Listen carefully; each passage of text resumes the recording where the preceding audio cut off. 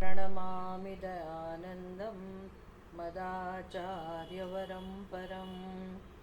ॐ सहना भवतु सहनौ भुनक्तु सह वीर्यं करवावहै तेजस्विनावधीतमस्तु मा विद्विषावहै। ॐ शान्ति शान्ति शान्तिः।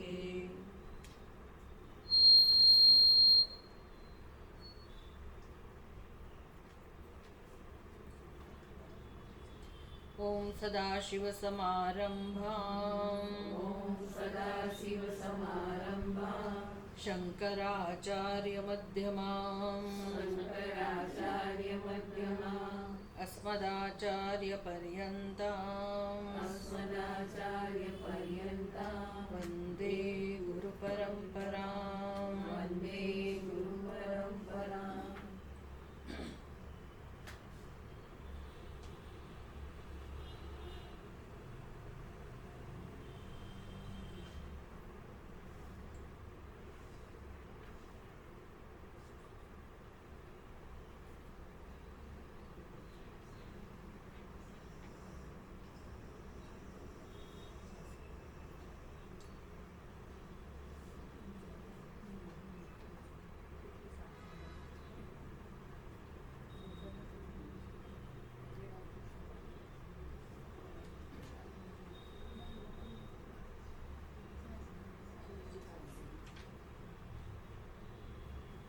ॐ नमो भगवते वैवस्वताय मृत्यवे ब्रह्मविद्याचार्याय नचिकेतसे च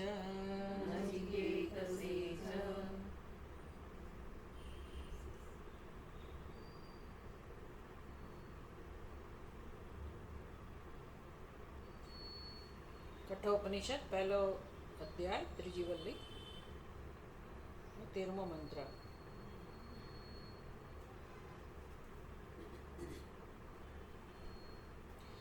यच्चेद्वाङ् मनसि प्राज्ञः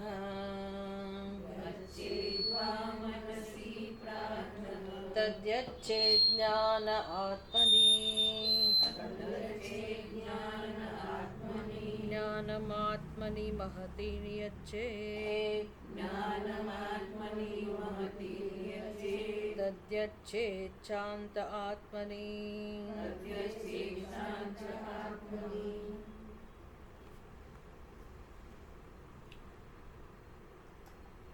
तो आत्मविद्या आत्मज्ञान કોને કહેવાય? આત્મજ્ઞાન એટલે એમાં આપણે કશું કરવાનું નથી ખરેખર તો. આત્મા પોતે જ્ઞાન સ્વરૂપ છે અને એ જ્ઞાન સ્વરૂપ આત્માનું દર્શન કરતા શીખવાનું છે. દર્શન કરવાની રીત કઈ છે? તો કે જેમ આપણે જગતના વિષયોનું દર્શન કરીએ છીએ આમ તો આંખથી કરીએ છીએ, ખરું ને? આંખેથી આપણને આંખ બનાવી છે ભગવાન એટલા માટે કે જગતના વિષયો દેખાય, જોઈ શકાય. કાન બનાવ્યા છે શેના માટે? કે જેથી જગતના વિષયોને આપણે એનું જ્ઞાન પ્રાપ્ત કરી શકીએ સાંભળવા દ્વારા. આ બધું જ્ઞાન પ્રાપ્ત કરી રહ્યા છે આપણે. આપણને ભલે એવું હોય કે આપણે સંસારમાં છીએ, જીવન જીવી રહ્યા છીએ, એ આપણી સમજ છે. એ આપણી સમજ છે કે અમે જીવન જીવી રહ્યા છીએ, અમારો સંસાર છે અને અમારી કથા. બરાબર ને? મારા ઘરમાં આમ છે, મારા ઘરમાં તેમ છે. ઘરમાં નહીં, મારા જીવનમાં. મારા જીવનમાં આવું છે, મારા જીવનમાં તેવું છે. આ મારું જીવન. પણ તમે જીવનનું વિશ્લેષણ કરો કે શું થઈ રહ્યું છે ખરેખર જીવનમાં, કામ શું થઈ રહ્યું છે. તમે જે પણ પ્રવૃત્તિ કરતા હો, ઘરમાં કે ઘરની બહાર, ઘરના લોકો સાથે કે ક્યાંય પણ અન્યત્ર, જેમ કે અહીંયા પણ આવીને, તો જે બધું થઈ રહ્યું છે એમાં સતત જ્ઞાનનો વ્યવહાર થઈ રહ્યો છે. જ્ઞાન ના હોય તો કોઈ વ્યવહાર થઈ શકે નહીં. એટલે આંખો દ્વારા પણ આપણે જ્ઞાન પ્રાપ્ત કરીએ છીએ, કાન દ્વારા પણ જ્ઞાન પ્રાપ્ત કરીએ છીએ, નાક દ્વારા પણ જ્ઞાન પ્રાપ્ત કરીએ છીએ. કોનું જ્ઞાન પ્રાપ્ત કરીએ છીએ? વિષયોનું, જગતના વિષયોનું કે જગતનું જ્ઞાન પ્રાપ્ત કરવાની આ રીત છે. ભલે આપણે એમ કહીએ કે હું ખાઉં છું, કે હું બોલું છું, કે હું સાંભળું છું, કે હું સૂંઘું છું, કે હું સ્પર્શ કરું છું, એ આપણી સમજ છે, એ બાજુએ હમણાં રાખીએ. પણ થઈ શું રહ્યું છે? હું જે કંઈ કરું છું એમાં આ વસ્તુ તો છે જ ને. જોવાનું, સાંભળવાનું, ચાખવાનું, સ્પર્શવાનું, આ તો બધો વ્યવહાર તો થઈ જ રહ્યો છે. તો એ વ્યવહાર થઈ રહ્યો છે, એમાં જ્ઞાન છે કે નથી? દરેક વ્યવહારમાં જ્ઞાન આવે છે કે નથી આવતું? બી જોવું એટલે પણ શું? જ્ઞાન. બી મેં બરાબર વસ્તુને જોઈ લીધી, જ્ઞાન પ્રાપ્ત કર્યું. આંખોથી એટલે કે રૂપનું જ્ઞાન પ્રાપ્ત કર્યું. કાનથી શબ્દ દ્વારા આપણે એને વિષયને જાણ્યો. સ્પર્શ દ્વારા, ચાખવા દ્વારા, આમ બધું જ્ઞાન જ છે. આમ જોવા જાવ તો બધું જ્ઞાન છે. હવે એ જ્ઞાન ખરેખર ક્યાંથી આવે છે? એ પ્રકાશ, જ્ઞાનનો પ્રકાશ ક્યાંથી આવે છે એ આપણે જાણતા નથી. એટલે આપણે એવું માનીએ છીએ કે હું વિષયનું જ્ઞાન પ્રાપ્ત કરું છું, અને હું જ્ઞાન પ્રાપ્ત કરનાર, અને હું આંખોથી જોનાર, હું કાનથી સાંભળનાર, આમ હું એટલે હું જ્ઞાન પ્રાપ્ત કરનાર, સાંભળનાર, જોનાર છું, એમાં કોઈ શંકા નથી. એ તો છે જ. પણ એ હું કેવો છે એ જાણતા નથી. એ હુંનું ખરું સ્વરૂપ કેવું છે જાણતા નથી. એ હુંને આપણે પહેલેથી માપી લીધો છે આપણી બુદ્ધિમાં. કેવી રીતે? તો કે આ શરીર જેવડો હું, પછી એ શરીર મનુષ્યનું એટલે હું એટલે મનુષ્ય, એ શરીર બાળકનું તો હું એટલે બાળક, એમ માપી લીધેલા છે. એક સમયે હું બાળક હતી, બાળક હતો, પછી એક સમયે હું યુવા હતો. હવે તો હતો જ કહેવું પડે ને, શું કરીએ. માનસિક રીતે ભલે તમે હજી યુવા હો, પણ શારીરિક રીતે તમારા ખ્યાલ બદલાતા જાય. હવે હું વૃદ્ધ છું, પછી માતા છું, પત્ની છું, સાસુ છું, જે કંઈ છું, આ બધું માપી લીધેલું છે. હું ને એમ આપણે માપી લીધેલો છે. એ આપણું પરાક્રમ છે, એ આપણો ખ્યાલ છે. પણ એવી રીતે કે વિચારવાથી, હું વિશે વિચારવાથી હુંમાં કોઈ પરિવર્તન આવ્યું નથી. એ હું તો હું જ છે, અને હું કેવો છે આપણે જાણતા નથી. જો જાણી લઈએ તો કામ થઈ ગયું, જાણી લઈએ તો કામ થઈ ગયું. પણ અત્યારે જે જાણનારો છે એ હું ભેળસેળ્યો છે. અત્યારે હું જાણનારો એટલે આ ખ્યાલ છે પાછો કે હું મનુષ્ય, એટલે પોતાની કલ્પના. એ જાણનારાને પણ જાણવાનો છે. આપણે જે આત્માનું જ્ઞાન કહીએ છીએ એમાં શું છે? અત્યારે જેને હું જાણનારો કહું છું એને પણ મારે ખરેખર જાણવાનો છે કે જાણનારો કેવો છે.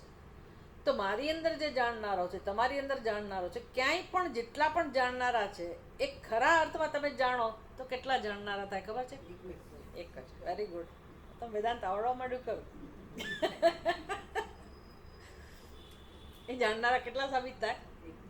એક જ. એના રંગરૂપ કેવું સાબિત થાય? એનું નામ શું કહેશો?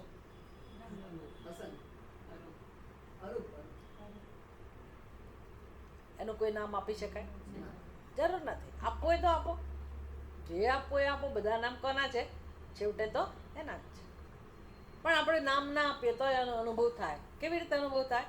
હુંના રૂપમાં થાય. તમે એને હું કહો કે ના કહો, તમને હું ગમે કે ના ગમે, પણ એ હુંના રૂપમાં જ અનુભવાય. આવું જ્યારે હુંને આપણે ખરા અર્થમાં જાણી લઈએ તો એ હુંમાં કોઈ પ્રશ્ન છે જ નહીં. એ હુંમાં કોઈ પ્રશ્ન છે જ નહીં. કેમ? તો કે એ હુંનો કોઈ દિવસ જન્મ નથી થયો, એ હુંનો ક્યારે કોઈ મૃત્યુની સંભાવના નથી, એ હુંમાં કોઈ નામ નથી, રૂપ નથી, કોઈ ગુણે નથી, સારો ખરાબે નથી, પણ ગમે એવો હું છે. દરેકને એ પ્રિય છે. કેમ? તો કે એનો સ્વભાવ અસ્થિ, ભાતિ અને પ્રિય છે. એનો સ્વભાવ પૂર્ણતા છે, એનો સ્વભાવ પરમ શાંતિ છે. એનો અનુભવ એના રૂપમાં જ થાય. એનો સ્વભાવ પ્રેમ છે. આવો હું છે. અને આપણી સમસ્યા શું છે? એ એવા હુંને આપણે ખરા અર્થમાં જાણતા નથી. એ જ હુંને, બીજા કોઈ હુંને નહીં, એ જ હુંને આપણે ખોટી રીતે જાણીએ છીએ. એમાંથી આ સંસાર પ્રાપ્ત થયો છે. અને હવે ઈચ્છે છે શું પાછા? સંસારમાં ગોઠતું હોય તો વાંધો નથી, સંસારની એકેય વસ્તુ આપણને ગમતી નથી, કશું નથી ગમતું. એ તો પછી હવે સંસ્કારો જે છે ને જન્મો જન્મના ભોગવવાના, એટલે બધું ગમે એવું લાગે કે ભાઈ મને તો પૂરણપોળી બહુ ભાવે, અને ખબર નહીં પૂરણપોળી જ કેમ વારે વાર યાદ આવતી હશે. એટલે મને કંઈ લેવા દેવા નથી પૂરણપોળી સાથે. લોકો એવું કે તમે વારે ઘડી પૂરણપોળી તને અમે બનાવીને લઈ આવશો, કેમ તો કે તમને બહુ ભાવતી લાગે. એટલે ભાઈ આવું કે એવું છે કે તમે ઘરમાં બનતી જ જોયું મોટે ભાગે લાડુ જ પૂરણપોળી. એ જમાનામાં તો એ જ બધું હતું ને. પછી તો અમે તો 20-25 વર્ષથી તો ઘરની બહાર છીએ, એટલે કંઈ ખબર ના હોય કે હવે નવું નવું શું છે. એટલે દ્રષ્ટાંત કયું યાદ આવે, પહેલાં જોયું હોય જ, બાકી આનાથી વધારે કશું વિચારવાનું નહીં. પણ એ દ્રષ્ટાંત આપ્યું કે ખાવાની કોઈ આઈટમ તો કે મને ભાવે છે, જોવાનું તો કે કશું ગમે છે. આમ બધું ગમે છે ભાવે છે એવું આપણે કહીએ છીએ, એ તો માત્ર સંસ્કારને કારણે. બાકી ખરેખર આપણને ગમે છે એ વસ્તુ તો કઈ છે તો કે શાંતિ, આનંદ, પ્રેમ, સ્વતંત્રતા અને પૂર્ણતા, એ આપણને ગમે છે. એ જે ગમે છે, ખરેખર ગમે છે, એ જ આપણું સત્ય છે. એ જ આપણું સત્ય છે. સમસ્યા છે કે સત્યને આપણે જાણતા નથી અને ખોટી રીતે જાણીએ છીએ. હવે મારે એ મારી જે મૂળ ઈચ્છા છે, જે મને ગમે છે એની જે ઈચ્છા છે એ પૂરી કરવી હોય તો હવે કયો રસ્તો છે? હું જે મને ગમે બધું કર્યા કરું છું, પણ કે મારી ઈચ્છા પૂરી થતી નથી. બધું ગમેલું થોડીક વાર માટે સારું લાગે છે, વળી પાછા આપણે હતા ત્યાં ત્યાં, એટલે આપણું કામ થતું નથી. એટલે ઉપનિષદ કહે છે કે ભાઈ તમે તમારા સાચા હુંને જાણશો તો તમારી જે ઈચ્છા છે એનો જવાબ એમાં જ રહેલો છે, એમાં જ રહેલો છે. એટલે ઉપદેશ કેવો હોય? તત તમ અસી. તત એટલે શું? તમને જે ગમે છે તે તેનો, જેને તમે તમારી પાસે અત્યારે નથી સમજતા. પછી એવું છે કે સંસારમાં એનું સ્વરૂપ ક્યાંય નથી, એ તત્વનું, એટલે એનું નામ પરમાત્મા છે. જે મારી અંદર નથી, જે તમારી અંદર નથી, પણ બધાને ગમે છે અને બધાને મેળવવો છે. એટલે છે તો સર્વત્ર, પણ એની ખબર નથી. એટલે આપણા માટે કેવો બની ગયો? પરોક્ષ. એટલે આપણે એને શું કહીએ? તત્વ. બાકી કે ઉપનિષદ એવું નથી કહી રહ્યું કે એ જુદો છે. એ તો હું અત્યારે એને જુદો સમજુ છું, એટલે ઉપનિષદ તત્ શબ્દ વાપરે છે. ઉપનિષદનો તો ખબર છે કે તત્ સિવાય કંઈ છે જ નહીં. એ તત્ને તત્ ના કહેવાય. જો તત્ સર્વત્ર હોય તો એ તત્ ના બની શકે. એ શું બની શકે? એ તુંય ના બની શકે. ખરેખર તો આપણે તુંને કેવી રીતે ઓળખીએ છીએ? જે હુંથી જુદો છે, બરાબર ને? અને હુંને એને હુંય ના કહી શકાય. કેમ તો કે મારો હું એટલે તમારાથી જુદો. ભાઈ મારી વાત ના કરશો, બરાબર ને? એમ આપણે આપણા હુંને જુદો ગણીએ. તુંને હુંમાં નથી ગણતા અને હુંને તુંમાં નથી ગણતા, અને તેને હું કે તું એમાંય ગણતા. તો હું તું તે આમાંનું કશું નથી, પણ એમાં બધું આવી જાય એવું આ સ્વરૂપ છે. અને બધાના હૃદયમાં ખરેખર એ હુંના રૂપમાં અનુભવાય છે. પણ કોઈને એ હું માટે કંઈ આદર નથી, કંઈ એના માટે કોઈ પ્રેમ નથી, અને આ જગતના વિષયો માટે આકર્ષણ છે. ખરેખર એ હું ના હોય, એ જ્ઞાન સ્વરૂપ હું ના હોય તો જગતનું જ્ઞાન પણ થાય નહીં. હવે એ હુંનો અનાદર કરી અને આપણે જગતના વિષયોને સમર્પિત છે, જગતના વિષયોનો અનુભવ કર્યા કરીએ છીએ. અને મહત્વ કોને આપીએ છીએ? જગતને. હવે ખબર પડી આ બધું જાણતા જાણતા કે ભાઈ ખરું રહસ્ય તો ક્યાં છે? આપણી અંદર, આપણી પાસે જ છે. તો હવે યાત્રા જે બહાર આપણી ઓલરેડી ચાલે છે જન્મો જન્મોથી, એ સંઘને પાછો વાળવો પડે ને. આમ તો સહકુટુંબ યાત્રા છે, બધા બહારની બાજુ જઈ રહ્યા છે, પણ આપણો સંઘ એટલે શું? કોઈ તમને બીજાને તમે ના કહી શકો કે ચલો ભાઈ તમે મારી સાથે આ રસ્તે, એવું ના કહી શકો. સંઘ એટલે શું? મારી આ જ્ઞાનેન્દ્રિયો, કર્મેન્દ્રિયો, મારું મન, મારી બુદ્ધિ, આ બધો સંઘ છે તો મારા જ, પણ બધો સંઘ કોને સમર્પિત છે? આત્માને સમર્પિત નથી. બધું કોને સમર્પિત છે? મન બુદ્ધિ સાથે બધા કોને સમર્પિત છે? જગતને. જગત શું આત્મા ગુનો કરે છે? આત્મા કઈ ગુનો કરે? કે બિચારાનો તિરસ્કાર કરીએ છીએ? તિરસ્કાર થઈ રહ્યો છે કે નહીં, કે નથી થઈ રહ્યો? તિરસ્કાર સિવાય કંઈ નથી થઈ રહ્યો જીવનમાં. તિરસ્કાર સિવાય, અને કોનો તિરસ્કાર છે? આ પરમાત્માનો તિરસ્કાર છે. આત્મરૂપે રહેલા પરમાત્માનો. જે પરમાત્મા આત્મરૂપે રહેલા છે એનો જ તિરસ્કાર આપણે કરીએ છીએ, જન્મો જન્મોથી કરીએ છીએ. અને કંઈ જ થતું નથી આપણને, કંઈ જ થતું નથી. જે દિવસે આપણને આ દુઃખ થાય કે અરે આ તો બહુ મોટું પાપ કહેવાય, ખરેખર તો પાપ જ કહેવાય. ઉપનિષદ તો બે ધડક કહે છે, આત્મઘાતી. આત્મઘાતી છે મનુષ્ય. ચલો, પશુ પક્ષી તિરસ્કાર કરે છે, પણ એના માટે આત્મઘાતી શબ્દ નથી, મનુષ્ય માટે છે. કેમ એવું કહ્યું હશે? પુરુષો, પશુઓ પક્ષીઓ તિરસ્કાર કરે છે આત્માનો, એને કેમ આત્મઘાતી નથી કહેતા? અને આપણને કહે છે આત્મઘાતી. મનુષ્યનું શરીર આપ્યું છે શેના માટે? ભગવાને પોતાના સ્વરૂપને જાણવા માટે. જો આ અજ્ઞાન જ્યાં સુધી નહીં સમજાય ને ત્યાં સુધી જ્ઞાન માટે આપણે કંઈ કરવાના નથી. અજ્ઞાન નથી સમજાતું એટલે મોટી મુશ્કેલી. જ્ઞાનનો તો પ્રશ્ન જ જવાનો. જીવનમાં અજ્ઞાન છે એ જ આપણે સમજી શકતા નથી કે સ્વીકારી શકતા નથી. અને અજ્ઞાનમાંથી જન્મેલો જે સંસાર છે એને છોડતા નથી, છોડી શકતા નથી. એને છોડવાની રીત આપણે જાણતા. આપણે બીક લાગે કે તમે સંસાર છોડવાનું કહો છો એટલે શું? મારું ઘર પરિવાર, મારી મિલકત બધું છોડીને આ બધું કરવાનું? અરે ભાઈ, છોડવાનું એટલે શું? સમજવાનું કે કોઈ જન્મમાં ક્યારેય એ કોઈનું હતું નહીં, છે નહીં, હશે નહીં, અને થઈ શકે એમ નથી. એને તમે વળગેલા છો. તમે વળગેલા છો એટલે તમારું થઈ ગયું. તમારું થઈ ગયું હોય તો વાંધો નથી. તમે બેંકમાં તમારા નામ બધું ચાલતું હોય કે તમારા નામનું બધું હોય એટલે કે તમારું થઈ જાય છે એ સમજવા. કેટલા સમય માટે તમારું છે? આ બધી સમજ જ્યાં સુધી નહીં આવે ત્યાં સુધી આપણે છોડવાના નથી. ખરેખર છોડવાનું કશું નથી. તમારું હોય તો તમે છોડો ને. જાણવાનું, વસ્તુને જેવી છે એવી જાણવાની છે. બસ એનાથી બીક લાગે છે આપણને કે હું જાણીશું તો પછી મારા સંસારનું શું, મારું શું થશે? ઉપરથી મારું નથી એ જાણીને ભોગવાની વધારે મજા આવે કે જો ભગવાને આપણે કશું કર્યું નથી તો કેટલું બધું આપ્યું છે, બરાબર ને? આપણી લાયકાત કરતાં વધારે આપ્યું છે. કેવું ભગવાન ધ્યાન રાખે છે, કેવી આપણી જરૂરિયાત પૂરી કરે છે. અને કોઈ ચિંતા પણ નહીં પાછી. એને આપવું હશે ત્યાં સુધી આપશે. અને દયાળુ છે એટલે આપવાનો જ છે, કંઈ લઈ તો લેવાનો નથી. એટલે એ પ્રકારનો સંસાર આપણા જીવનમાં ઓછો થાય ધીરે ધીરે, તો પછી આ જે બધી યાત્રા, આખો સંઘ જે જગત તરફ ભાગી રહ્યો છે એને ધીરે ધીરે પાછા વાળવાનું કામ શરૂ કરી શકાય. મૃત્યુ પહેલાં આ કામ થવું જોઈએ કે નહીં? મૃત્યુ પહેલાં થવું જોઈએ. એટલે હવે કેમ ટેવ પાડવી? બધાને ટેવ છે બહાર જવાની, કેમ ટેવ પાડવી? એટલે ઉપનિષદ ઉપાય બતાવે છે. તત્ પ્રતિપત્તિ ઉપાયમ આહ, કે આત્માને કેમ પ્રાપ્ત કરવો, આત્માનું જ્ઞાન કેમ પ્રાપ્ત કરવું.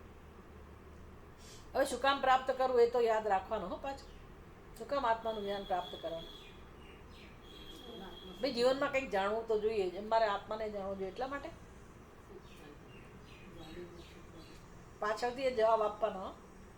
શું કામ આત્માને જાણવો જોઈએ? વાય? હા, શું કામ પણ? વાય? જો કનેક્શન બરાબર ખબર હોવી જોઈએ કે ભાઈ જીવનમાં જે સમસ્યા છે જાણવો જોઈએ. એટલે બી નહીં મારે શું કામ જાણવો જોઈએ? ભાઈ તમે જાણો, મને રસ નથી, હું કહી શકું. શું કામ જાણવો જોઈએ? ખબર હોવું જોઈએ કે નહીં જાણવાથી જ આપણે પતનને પ્રાપ્ત થયેલા છે. પતન કોને કહેવાય એ જ ખબર ના હોય તો શું કરવાનું? છાણનો કીડો હોય ને, આપણને એવું લાગે કે આ ગંદી જગ્યામાં છે અને બિચારો દુઃખી થાય છે એટલે આપણે એને બહાર કાઢીને આ બાજુ મૂકીએ.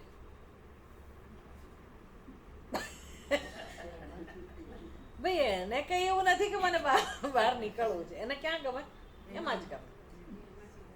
એટલે ખબર હોવી જોઈએ ને ભાઈ કે ભાઈ હું આવી જગ્યામાં છું, હું અજ્ઞાન રૂપી કાદવમાં જન્મો જન્મોથી ખરડાયેલી છું અને એને કારણે જ મારા જીવનમાં દુઃખ છે. એ ખબર તો હોવી જોઈએ ને કે જીવનમાં દુઃખ છે, પ્રશ્નો છે, સમસ્યા છે. આવું જાણવું એ જ બહુ મોટું જ્ઞાન છે. બાકી આપણને કોઈ દુઃખ લાગતું જ નથી. માંદા પડ્યા તો દવા લઈ લીધી, સાજા દોડવા માંડ્યા પાછા. પહેલાં એ અપમાન કર્યું તો કંઈ નહીં, ભૂલી ગયા, બદલો લઈ લીધો. આમ હજારો રોજ સવારથી સાંજ દુઃખ દુઃખ આઘાત તો આવે જ છે, પણ એમાંનું આપણે આમ પ્રૂફ થઈ ગયા છે, બધું સહન કરી શકીએ કે જીવનમાં તો આવું તો હોય જ, સહન તો કરવું જ પડે એવું માનીને આપણે આપણું જીવન ચાલુ રાખીએ છીએ. એટલે એનો શું, તો આપણને આપણી દયા આવતી નથી. હા, મારી બીજા દયા ખાય એવું ચોક્કસ ઈચ્છું છું. રાત દિવસ મને દુઃખ છે કે ભાઈ કોઈને મારી દયા આવતી નથી. આખી જિંદગી મેં એનું કર્યું પણ એ લોકોને મારી દયા આવતી નથી. એ આપણા પ્રશ્નો છે, એનું નામ સંસાર છે. પણ ભાઈ તે કઈ દિવસે તારી દયા ખાધી? ઉપનિષદ આપણને ખખડાવે છે. એટલે આપણે જઈએ જ નહીં ને ઉપનિષદ પાસે. જઈએ તમારે સાંભળવું પડે, સત્સંગમાં જઈએ જ નહીં. એવા સત્સંગમાં જઈએ કે જ્યાં બધું સાંભળવું ના પડે. થોડું કામ વગાડવાની મજા આવે, નાચવાની મજા આવે. એ સત્સંગ એ ઉપયોગી તો ખરો જ ને. તમને સંસારમાં દુઃખ ને થોડોક વાર ભૂલાવે તો છે જ ને. એ બધું ગમે. પણ આવું કોઈ ખખડાવે મને ખીજાય કે મને વિચાર કરવાનું કે એવા સત્સંગમાં હું જવું જ નહીં. બહુ મુશ્કેલી છે આવા સત્સંગમાં જવાની તક મળે તો. જાણવા મળે આપણને, બીજું કશું નહીં. જાણવા મળે કે મારા દુઃખ માટે હું જ જવાબદાર છું. હું જ મારા દુઃખમાં રસ નથી લેતો કે નથી લેતી. કે ભાઈ અહીંયા નથી લેતો એવું તો બોલવા જેવું રહ્યું જ નહીં. એક હતા એ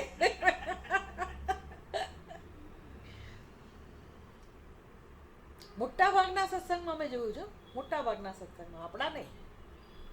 આમ તત્વતીર્થ આશ્રમમાં હોય કે પછી એનાથી ઉપર જે બીજે ચાલતા હોય, ઋષિકેશમાં ચાલતું હોય કે પછી કથા વાચકો મોટા મોટા જે અત્યારે છે એમના સત્સંગમાં બહેનો જ હોય છે મોટે ભાગે. ભાઈઓ નથી હોતા એવું ને. હવે યંગસ્ટર જોડાવા માંડે છે, ભાઈઓ છે પણ મોટે ભાગે બહેનો. શું કારણ હશે, તમને શું લાગે છે?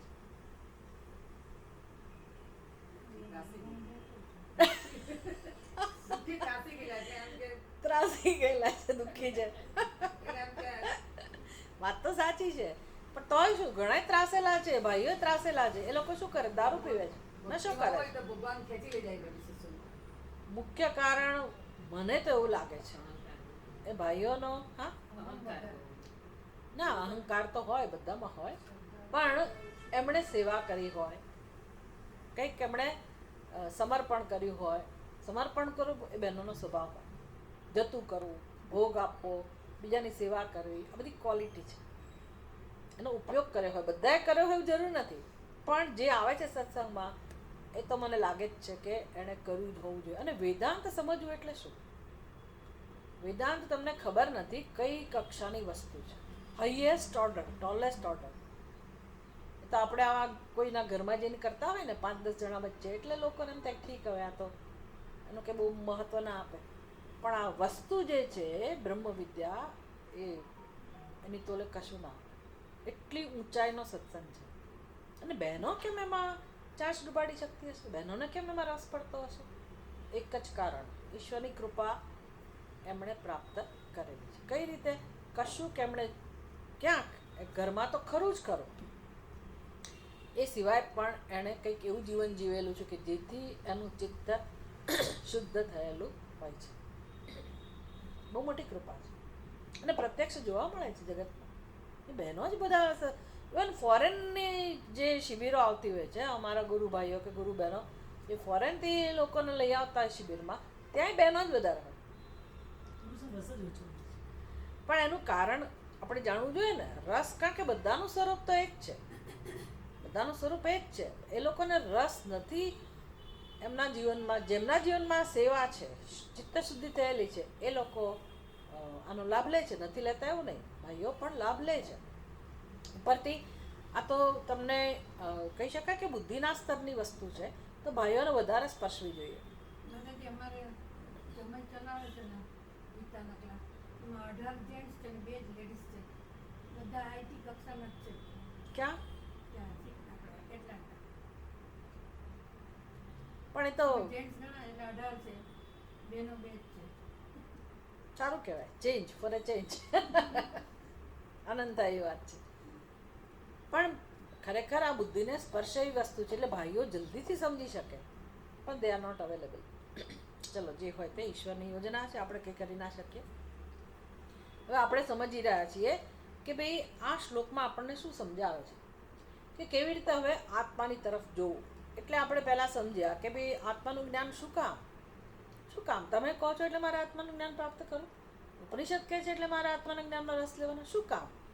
એટલે કનેક્શન ખબર હોવું જોઈએ આપણને કે ભાઈ જીવનમાં જેટલી સમસ્યાઓ છે, જેને પણ છે, જ્યારે પણ છે, જે પ્રકારની સમસ્યાઓ છે, બધા પ્રકારની સમસ્યાઓના મૂળમાં કઈ વસ્તુ રહેલી છે? આત્માનો તિરસ્કાર, આત્માનું અજ્ઞાન. અને મને સમસ્યાઓ વાલી હોય તો વાંધો નથી, સમસ્યાઓ પ્રત્યે ફરિયાદ ના હોય તો વાંધો નથી. ફરિયાદ શેના માટે છે? શાંતિ માટે છે? સુખ માટે છે? ફરિયાદ શેના માટે છે? અશાંતિ માટે, દુઃખ માટે. ફરિયાદ તો છે જ ને, અને બધું અનુભવાય છે. તો એનું કારણ કયું છે? તો કે આત્માનો તિરસ્કાર. શરીરને આત્મા માને છે એટલે વધારે એવું થાય. શરીરથી અસંગ હોય તો શરીરથી અસંગ થઈ શકતો હોય તો આ પ્રોબ્લેમ ન થાય, પણ શરીરને જ આત્મા માનતા કે હું કરું છું, હું આમ, હું તેમ. ના, પણ એનું સ્વરૂપ સમજવું પડે ને. આત્મા અત્યારે કંઈ સંગવાળો બન્યો નથી, શરીર બન્યો નથી. તો આત્મા કોણ મને શરીરનો અનુભવ કરાવે છે? ના, મારી બુદ્ધિમાં કેમ આટલો દ્રઢ નિર્ણય છે કે હું શરીર છું? બધાની બુદ્ધિમાં એવો છે. કેમ આવું છે? તો કે આ આજકાલનું નથી. પહેલી તો વાત જ આજકાલનું નથી, જન્મોથી આ ખ્યાલ છે, જન્મોથી આ જ્ઞાન છે. એટલે આત્મા શરીર બની નથી ગયો. કેમ મને અનુભવ થાય, આવો અનુભવ થાય? તો કે મારો નિર્ણય જ એટલો દ્રઢ છે કે હું શરીર છું. એટલે એનો અર્થ કે નિર્ણય બન્યો છે, તો નિર્ણય સાચો હોય તો વાંધો નથી, તો મને તકલીફ ના હોય. આપણને તકલીફ છે, પ્રશ્ન એ છે. એ નિર્ણય પછી મને જીવનમાં સુખ મળતું હોય તો વાંધો નથી, પણ હું શરીર છું એ ખ્યાલથી મને સુખ મળતું નથી. મને સીધો જ અનુભવ થાય છે શેનો? અપૂર્ણતાનો. શેનો અનુભવ થાય છે? અપૂર્ણતાનો. કેમ? તો કે શરીર પૂર્ણ છે કે અપૂર્ણ? અપૂર્ણ છે. કઈ દ્રષ્ટિએ અપૂર્ણ છે? તો કે દેશની દ્રષ્ટિએ. દેશની દ્રષ્ટિએ એટલે અહીંયા હોય તો હું બીજે ના હોઉં, જે આત્માનો સ્વભાવ નથી.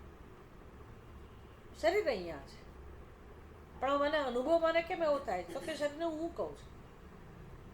પછી આટલા વર્ષ મને થયા, આટલી મારી ઉંમર છે, એ કાળના દ્રષ્ટિએ, કાળના સંદર્ભમાં અપૂર્ણતા. એટલે કે અમુક વર્ષો પહેલાં હું નહોતી અને અમુક વર્ષો પછી હું નહીં હોઉં. તો અમારા હોવાનો નહીં હોવાનો અનુભવ, જન્મ મૃત્યુનો અનુભવ, એ બધા અનુભવ માટે કારણભૂત કોણ છે? શરીરમાં અહંભાવ. શરીર નહીં, શરીર બિચારું નિર્દોષ છે, સમજી લો. શરીરનો કોઈ જ દોષ નથી. અડધું પડધું વેદાંત શીખેલા લોકો આવું જ કહે છે કે આ શરીર જ ઉપાધિ છે, એને કારણે દુઃખ છે. શરીરને કારણે શું કામ દુઃખ હોય?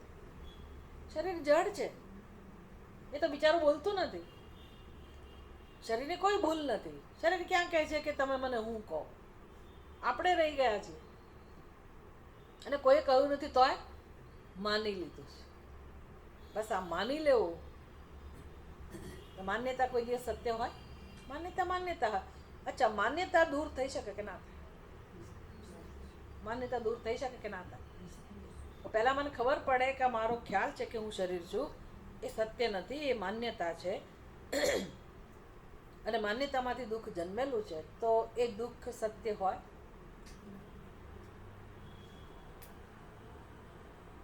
અને અનુભવાતું હોય દુઃખ, અને મારે દૂર કરવું હોય તો શું કરવું પડે? આપણે દુઃખને સાચું માનીને દૂર કરવા જીવન જીવીએ છીએ, બધા કર્મો કરીએ છીએ. કર્મોનો વાંધો નથી, જીવનનો વાંધો નથી, તમારું ઘર, સંબંધો, તમારો ગૃહસ્થ આશ્રમ, કશાનો વાંધો નથી. તકલીફ ક્યાં છે? દુઃખને સાચું માનીને દુઃખ દૂર કરવા આપણે જીવન જીવીએ છીએ, અને સફળતા મળતી નથી. અને વારે વારે જન્મવું પડે છે અને મરવું પડે છે, જે ગમતું નથી. અને જોઈએ છે પ્રેમ, જોઈએ છે શાંતિ, જોઈએ છે મુક્તિ. એટલે ક્યારે મને સફળતા મળે? ઉપનિષદનું કામ શું છે? સતત આપણને સમજાવવું કે તમારા દુઃખનું કોઈ કારણ જ નથી. અશોચાન અન્વશોચસ્ત. હવે એ સમજતા જ જન્મ નીકળી જાય કે મારા દુઃખનું કોઈ કારણ, જે આટલું બધું દુઃખ અનુભવાતું હોય આપણે એને અનુભવીએ છીએ અપરોક્ષ રીતે દુઃખને, અને તમે કહો છો કે દુઃખનું કોઈ કારણ નથી. ક્યાં બાત હે? આટલા બધા કારણો જણાય છે મને, તમે કહો છો દુઃખનું કોઈ કારણ નથી. પહેલા તો દુઃખ ને આપણે સમજીએ તો ખરા ને. આપણે તો દુઃખ એવા આપણે આમ જોયા કે જેને કહેવાય ને કે પ્રૂફ થઈ ગયા છે કે દુઃખ પચાવી ગયા, જાણે પચાવી ના શકીએ, પણ હવે એ દુઃખને દૂર કરવાની ઈચ્છા જ થતી નથી આપણને. એવું અંદરથી ઈચ્છા જન્મે ને, તીવ્ર ઈચ્છા કે મારે દુઃખ જોઈતું જ નથી હવે. હા, દુઃખ વધી જાય ત્યારે આપણે રડીએ, દુઃખ નથી ગમતું, આ કરી નાખું, તે કરી નાખું, મરી જાઓ, ભગવાન મને લઈ લે, ક્યારે લઈ લેશે, આવું બધું નથી થાય.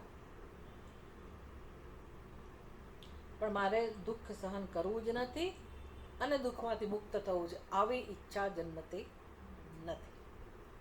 દુઃખી હું મરી જાઉં તો સારું, દુઃખી હું ને ભગવાન આમના ઉપાડી લે તો સારું, દુઃખી હું કોઈને ગમતો નથી. પણ ભગવાન કહે છે ન જ ગમે દુઃખી હું, શું કામ ગમવો જોઈએ? ગમવોય ના જોઈએ. કેમ? તો કે તારું સ્વરૂપ જ એ નથી. દુઃખ નામની વસ્તુ તારા સ્વરૂપમાં જ નથી.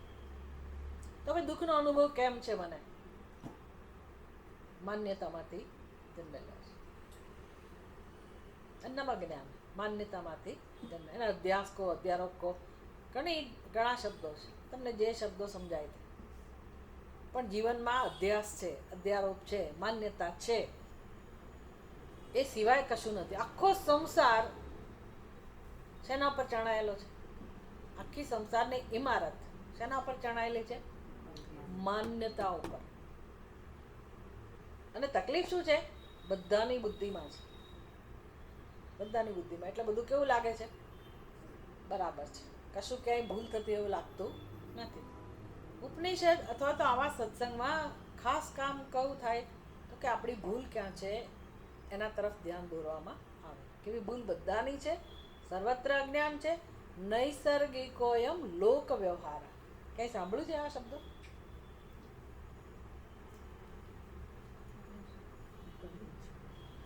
નૈસર્ગિકોયમ લોક વ્યવહાર ક્યાં સાંભળ્યા છે શબ્દ?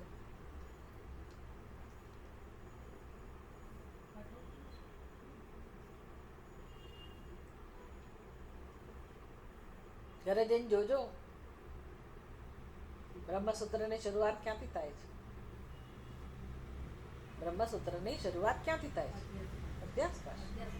અધ્યાસ ભાષ્યની છેલ્લી લાઈન જોજો. શંકરાચાર્યજી કહે છે દુનિયામાં સર્વત્ર અજ્ઞાન છે અને અજ્ઞાનમાંથી જ વ્યવહાર થાય છે. નૈસર્ગિકો એમ લોક વ્યવહાર.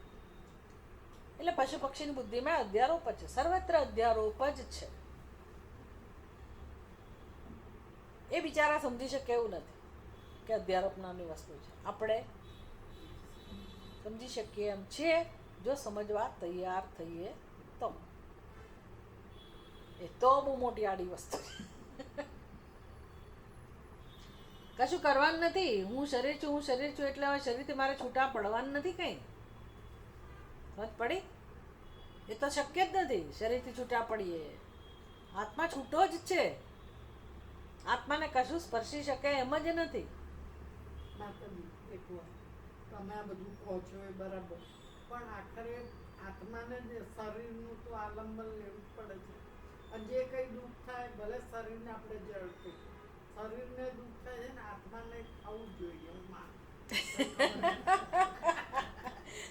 આત્માને દુઃખ થતું નથી અને થાય છે, બંને વાત સાચી.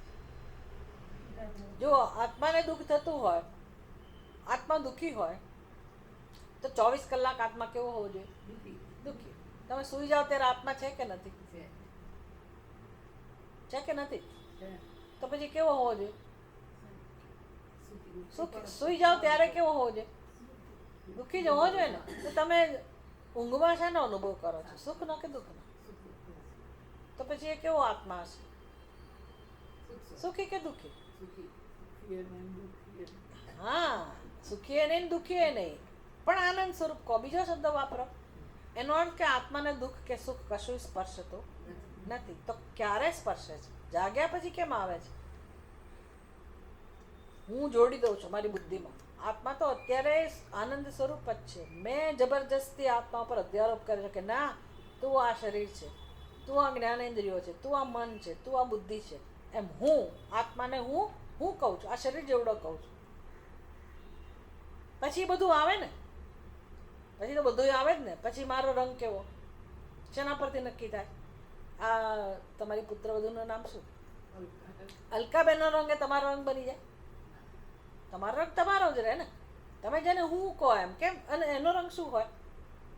એના શરીરનો રંગ એ પોતાનો રંગ સમજે, ખરું ને? જે શરીર મળ્યું છે એને બધા હું કહેતા હોય તો શરીરના બધા ધર્મો કોના બની જાય? મારા બની જાય. એટલે શું બની નથી ગયા? મારી બુદ્ધિમાં આ બધું ગરબડ છે, બુદ્ધિમાં ગરબડ છે. કહું છું ને, અજ્ઞાન સમજતા જ જન્મો નીકળી જાય. આત્માને સુખ દુઃખ સ્પર્શે નહીં. હું આત્મા શું કરે? દુઃખનો અનુભવ જરૂર કરાવે. આત્મા છે એટલે દુઃખનો અનુભવ થાય. આપણી ભૂલ ક્યાં થાય છે? એ દુઃખની જે વૃત્તિ જન્મી ને, એ વૃત્તિ પણ વૃત્તિ છે, એને પ્રકાશિત કરનાર આત્મા છે. આત્માની હાજરીમાં દુઃખની વૃત્તિ જન્મે છે. આપણી ભૂલ શું થાય છે? એ વૃત્તિને આપણે હું કહીએ છીએ. તમે એના સાક્ષી છો તો સાક્ષી રહો. તો એ વૃત્તિ ક્યાં સુધી રહેવાની? વૃત્તિ કોને કહેવાય? આવે ને જાય. Very good. વૃત્તિ કોને કહેવાય? જે જન્મે અને પાછી આત્મે. જેમ તરંગો જન્મે પાછી જતી રહે. ક્યાં જતી રહે? તરંગો ક્યાં જતી રહે? જળમાં. એમાં વૃત્તિ જ્ઞાનની બનેલી છે. ક્યાં જતી રહે? જ્ઞાનમાં. તો આત્મા પોતે જ્ઞાન સ્વરૂપ છે અને એ વૃત્તિનો અનુભવ કરાવે છે ને કે હા, મારા મનમાં દુઃખની વૃત્તિ જન્મી. એવું તમે જાણી શકો છો કે નથી જાણી શકો? તો તમે શું થયા? વૃત્તિ થયા કે વૃત્તિના પ્રકાશક થયા? વૃત્તિના પ્રકાશક. એના માટે બીજો શબ્દ કહો, સાક્ષી. સાક્ષી. તો તમે સાક્ષી જ છો. આપણી ભૂલ શું થાય છે? જંપલાવીએ છીએ. ના ના, વૃત્તિ એટલે હું. એમાં વૃત્તિ શું કરે? હું વૃત્તિને ના સ્વીકારું તો હું સાક્ષી જ રહું કે નહીં? હું તો આનંદ સ્વરૂપ જ છું. ભલે દુઃખની વૃત્તિ જન્મી, ઠીક છે, જન્મી, પછી જતી રહે છે. પછી સુખની વૃત્તિ જન્મે છે કે નહીં? તો ત્યારે મારે કેવા રહેવું જોઈએ? ત્યારે કેવા રહેવું જોઈએ? શું સુખી, શું દુઃખી? દુઃખની વૃત્તિ જન્મે ત્યારે હું સાક્ષી રહું. દુઃખની વૃત્તિ સાથે હું ના જોડાઉં તો સુખની વૃત્તિ જન્મવાની જ છે એના નિયમ પ્રમાણે. ત્યારે મારે શું યાદ રાખવાનું હોય?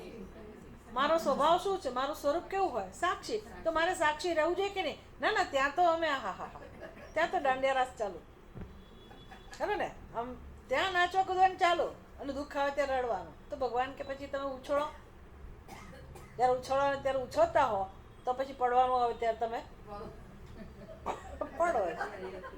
એમાં ભગવાન વચમાં આવે નહીં. એક બીજો ઉપાય છે. જેમ તમે નાટકમાં ભાગ લો, તો કોઈ ભિખારી બનવું ગમે? બધાને રાજા બનવું ગમે. પણ નાટક કોને કહેવાય? રાજાએ બનો ને ભિખારી બનો. લોકો બને કે ના બને? નાટક ભજવે કે નહીં? તો એમાં કેમ આનંદ આવે છે? એમાં કેમ આનંદ આવે? તમે રાજાએ બનો છો ને હોંશે હોંશે ભિખારીએ બનો છો, તો એમાં આનંદ કેમ આવે છે? કારણ કે તમારી બુદ્ધિમાં એ વિવેક છે કે તમે રાજાય નથી અને ભિખારી પણ નથી, અને તમે વેશ ભજવી રહ્યા છો. તમને ભાન છે કે હું કોણ છું, આ તો મારો વેશ છે. તો ભલે ને તમારે હસવું હોય તો હસો, કોણ ના પડે? જ્યારે હસવાનો પ્રસંગ આવે, નાચો કૂદવાનો પ્રસંગ આવે તો નાચો કૂદો. એવું કરી શકાય કે ના કરી શકાય? એવું નહીં કે જ્ઞાની આખો દિવસ બેસી જ રહે, અહમ સાક્ષી, અહમ સાક્ષી. પૂરણપોળી આવે જમવામાં થાળીમાં, અહમ સાક્ષી. એવું ના હોય, એવું ના હોય. ખરો જ્ઞાની એ જ હોય કે બધી વસ્તુમાં જોડાય, ખબર ના પડે આજુબાજુવાળાને, પોતાને ખબર ના હોય, આના આનંદથી મોજ કરે. અખંડાનંદજી મહારાજ તો એવું કહેતા હતા કે ભાઈ એક ઘરની વ્યક્તિ એને બધું જ્ઞાન હતું, પણ હવે ઘરના લોકોની સાથે રહેવાનું એટલે ઘરમાં કોઈનું મૃત્યુ થયું સૌથી પહેલો એ જ રડવા બેઠો મોટે મોટેથી. હવે એને ખબર હતી કે અમે રડવાનું ના હોય તોય રડે. કેમ? તો કે આવું જ છે જીવનમાં, તો નાટક ચાલુ રાખવાનું. અને પછી ઘરનાની જોડે એને સાથ તો આપવો પડે ને. એનો અર્થ એવો નહીં કે દુઃખી થઈ જાય. આ જ્ઞાન છે. એટલે કે જ્ઞાની હસે નહીં, રડે નહીં, એવું કશું ના હોય, બધું કરે. એને દુઃખ થાય, એને આંસુ આવે, સમજ પડી, બધું થાય, પણ એની સમજ કેવી હોય? આ હું નથી. આપણે ખાલી સમજ જ સુધારવાની છે. એવું નથી કે શરીરથી છૂટા પડવાનું છે, છૂટો જ છે, આત્મા જાણવાનો છે. એ ક્યારેય શરીર બન્યો જ નથી. હવે મારી બુદ્ધિમાં જે માન્યતાઓ ભરાઈ ગઈ હોય અને એને જ હું સાચી માનતી હોઉં, તો હવે એ ભ્રમ છે એવું મને કોઈ કહે તો મારે જીવનમાં હવે કામ કયું કરવાનું? આ સિવાય કંઈ કરવા નથી. વેદાંત કોઈ જ અપેક્ષા રાખતું નથી કે તમે લસણ કાંદા ના ખાઓ, કે 4 વાગ્યામાં જ ઉઠી જાઓ, 3 વાગ્યામાં જ ઉઠી જાઓ. હું એમ નથી કહેતી ખાવા જોઈએ હો. તમે જે સ્તરે જીવતા હો, તમારી જે પણ સંસ્કાર હોય, તમને જેના માટે વેદાંત કોઈ જ એની સાથે સંબંધ નથી. વેદાંત કહે છે તમે જાણો, જાણવા સિવાય કંઈ જ કરવાનું નથી. હા, વેલ્યુઝ આ બધું જાણવા માટે છે ને આપણે પહેલાં ધર્મનું પાલન કરેલું હોય તો જ આ જ્ઞાન થાય. એક એવો નિયમ તો છે જ. તો એના જીવનમાં અધર્મ ના હોય. ભગવાન તો શું કહે છે ગીતામાં કે ભાઈ તું આખા જગતને મારી નાખે તોય તને પાપ ના લાગે. ગીતામાં આવો શ્લોક છે કે તું ગમે તેટલી હિંસા કરે, હિંસા જ કરવાની છે ને અર્જુન. ભગવાન કહે છે તું ગમે તેટલું આવું કરે કર્મ તો પણ તને દોષ ના લાગે. આ બધું સમજવું બહુ જ અઘરું છે, કારણ કે તમે ભારતમાં ક્યાંય પણ જાઓ, ઉત્તર દક્ષિણ પૂર્વ પશ્ચિમ, ખાસ કરીને હિમાલયમાં ક્યાંય પણ જાઓ, અહીંયા સૌરાષ્ટ્રમાં પણ મેં જોયું દરિયાની અંદર જે મંદિર હોય, દરિયાની અંદર હોય, કોણે બંધાયા? પાંડવોએ. બધે પાંડવોએ જ મંદિર બંધાવેલા છે. જ્યાં જાઓ ત્યાં. શું કામ? એને ભગવાને કહેલું કે આ તમને જે પાપ લાગ્યું છે, બ્રહ્મ હત્યાનો, ફલાણા ઢીકણા, એ બધાના પાપમાંથી મુક્ત થવા તમારે કરવું પડશે. હવે એક બાજુ ભગવાને એવું કીધું હતું કે તું ગમે તેટલું હિંસા કરતો હોય તને પાપ ના લાગે. તમને શું સમજાય? વિચાર કરો. બંને વાત સાચી છે. બંને વાત સાચી કઈ રીતે હોય છે ભાઈ? અર્જુન કોઈને મારી નાખે કે આપણે કોઈને મારી નાખીએ, આત્માને કશું પાપ લાગતું નથી. એ વાત સ્પષ્ટ છે. એ ભગવાને જ્ઞાન આપ્યું. પણ પછી વ્યવહારમાં તમે કોઈ પણ એવું કર્મ કરો કે બીજાને ઈજા પહોંચે તો પછી તમારે હાથે કરીને જો એ કર્મ કર્યું હોય કે કરવું પડ્યું હોય, અજાણતા પણ થઈ ગયું હોય, કશુંક હોય, તો તમારે પ્રાયશ્ચિત કરવું જોઈએ. જ્યાં સુધી શરીર છે, જ્યાં સુધી ઉપાધિ છે, ત્યાં સુધી ખરેખર તો કરવું જ ના જોઈએ. પણ અર્જુનને તો કરવું જ પડે એવું હતું, એનું કર્તવ્ય હતું. પણ જ્ઞાન કયું છે? પછી હું માની લો કે ના હું તો મુક્ત જ છું અને આત્મા તો કશું કર્મ કરતો જ નથી અને પાપ પુણ્ય સ્પર્શતા જ નથી, એટલે હું ફાવે તેમ જીવું, ફાવે તેમ વ્યવહાર કરું, તો કે ભગવાન ચલાવી લે. એવું જોખમ બહુ રહેલું છે. વેદાંતિઓ માટે બહુ જોખમ છે. આત્માને ક્યાં કશું સ્પર્શે છે? ખોટું બોલી નાખ્યું, ખોટું કરી નાખ્યું, બહુ ડેન્જરસ. જ્ઞાન જ્ઞાન છે, વ્યવહાર વ્યવહાર છે. વ્યવહાર તો ધર્મને માન આપીને આપણે જે કરતા હોઈએ એ કરવાનો જ હોય. પણ પછી હું ધાર્મિક છું એ પણ અજ્ઞાન છે. હું પુણ્યશાળી છું એ પણ અજ્ઞાન છે. આત્મા પાપી નથી, પુણ્યશાળી નથી, આત્મા ધાર્મિક નથી, અધાર્મિક નથી. આત્મા છે શું? આત્મા છે શું? તો કે બસ છે. આત્માનો સ્વભાવ શું છે? છે. હોવું એનો સ્વભાવ છે. હોવું જ. પણ છે એટલે કેવો છે? આપણે જેને છે છું એમાં છે છું આવતું જ નથી. હતો હતી, સ્ત્રીલિંગ પુલ્લિંગ નપુંસકલિંગ એવું આવતું જ નથી.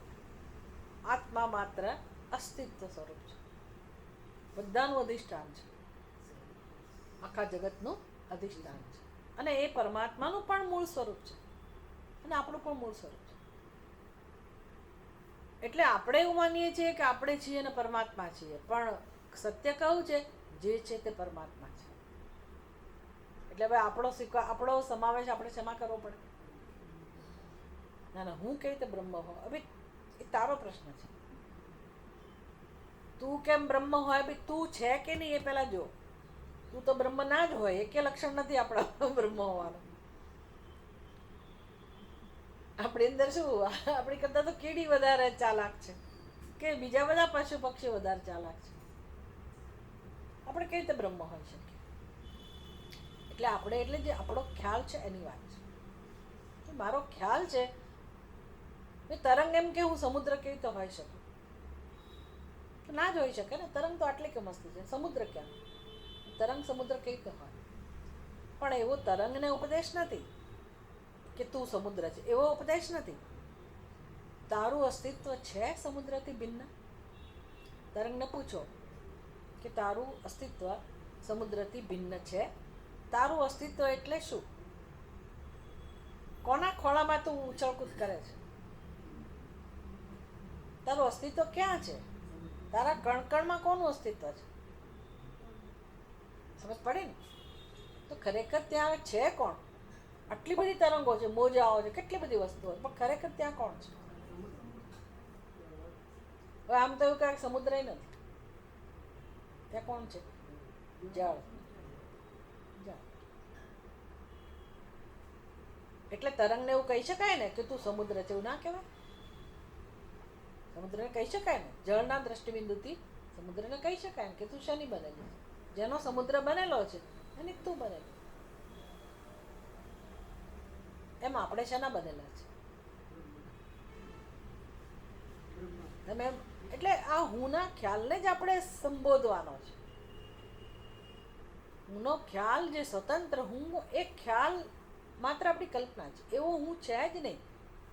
તમે જ્યાં પણ હાથ લગાડો ત્યાં જેને તમે સ્પર્શ કરો છો એ શરીરને સ્પર્શ કરનારે શરીર જ થયું ને.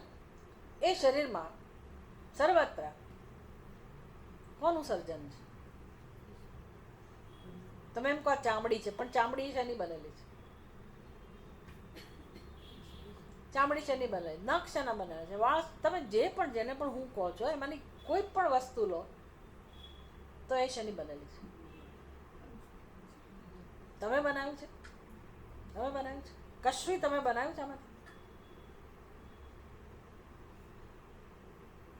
વિચાર તો કરવો જોઈએ ને કે આપણા શરીરમાં નાનામાં નાની કેટલા કોષો છે, કેટલા બેક્ટેરિયા છે, કેવું શ્વાસોશ્વાસનું કામ થઈ રહ્યું છે, આંખો પલકારા મારે છે, અંદર બધું તમે રોટલીનો ટુકડો નાખો અને અંદર પાચન ક્રિયા થાય, લોહી બને, અને આખા શરીરમાં જે બધો વ્યવહાર થઈ રહ્યો છે એ તમે કરો છો?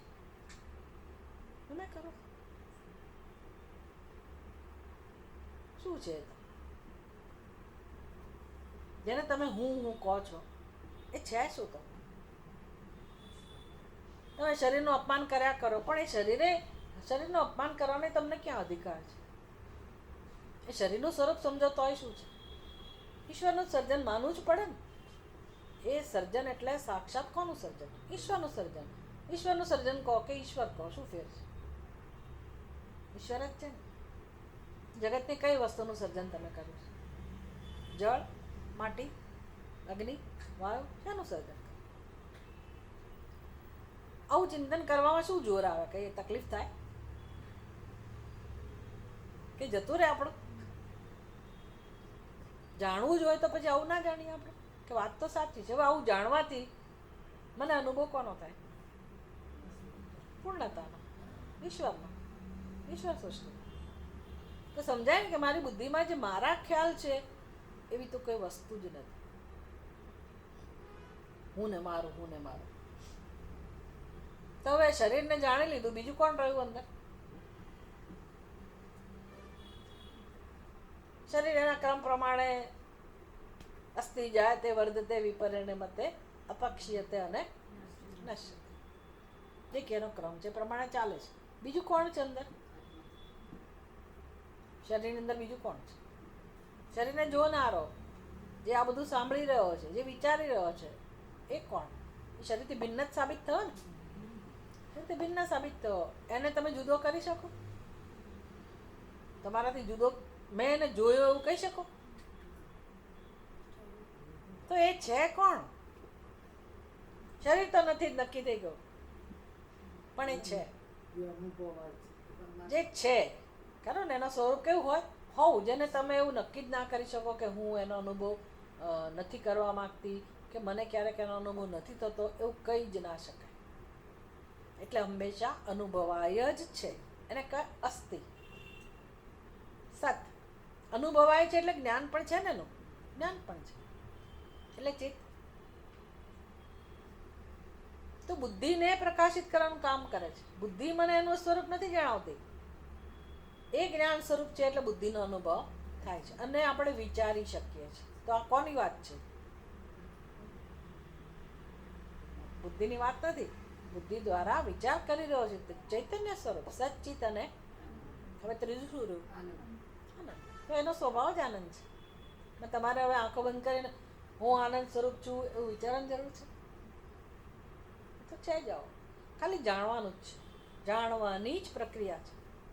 એ જણાઈ જ રહ્યો છે. જે ખોટા ખ્યાલ મારી બુદ્ધિમાં છે એને દૂર કરવાના છે. એટલે અહીં સુધી પહોંચવું કેવી રીતે? અત્યારે જે આપણે બધું ચિંતન કર્યું એમાં આ જે શ્લોકમાં કહેવાય ને, એ પ્રક્રિયા થઈ ગઈ. કઈ પ્રક્રિયા થઈ ગઈ? તો અહીંયા એવું કહું હતું કે ભાઈ યચ્છેદ વાંગ મનસી, તમારી વાણીને મનમાં લઈ જાઓ. તો અત્યારે તમારામાંથી કોઈ બોલતું હતું?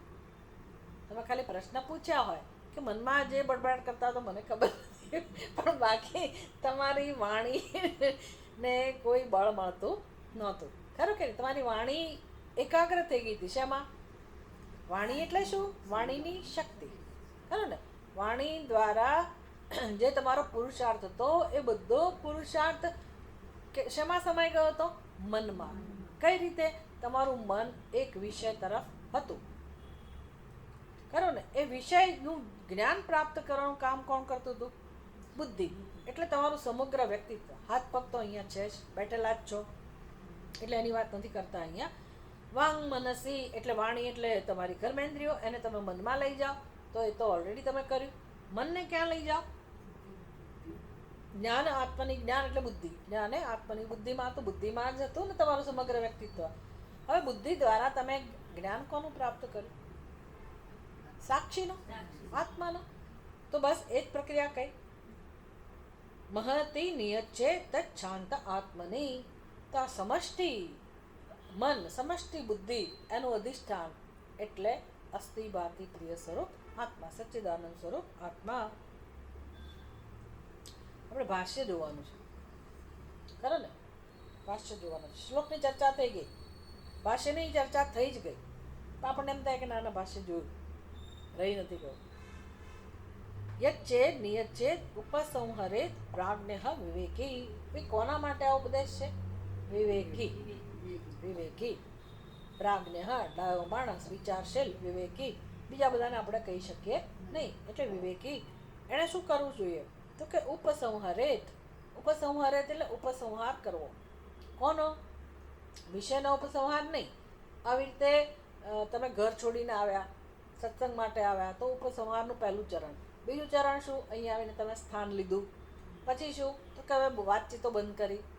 પછી શું? તો કે મનમાં આવડા વિચારો નથી, તમારા હાથમાં પુસ્તક છે અને તમે આ પુસ્તક દ્વારા, શબ્દો દ્વારા ધીરે ધીરે સમજ પ્રાપ્ત કરી રહ્યા છો. આ બધું શું કહેવાય? ઉપસંહાર. ઉપસંહાર એટલે મનને, બુદ્ધિને, બધાને ક્યાં લઈ જવા? આત્મા તરફ. ઓકે. કેવી રીતે કરવો? તો કે વાગ વાચમ. વાગ એટલે વાચમ, વાચમ એટલે વાણી.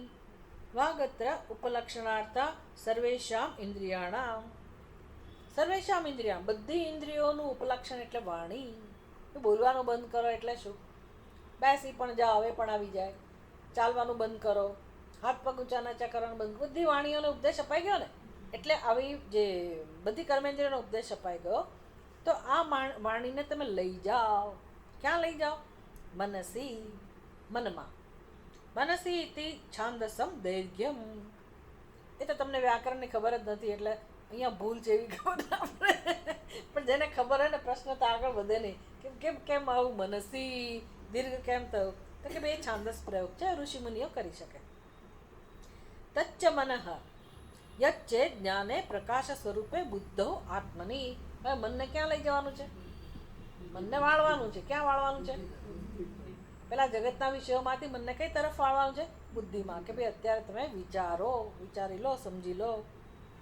બુદ્ધિ મન આદિ કરણાની આપનોતી ઇતિ આત્મા પ્રત્યક તેષામ. ભાઈ બુદ્ધિ માટે કેમ આત્મા શબ્દ વાપર્યો?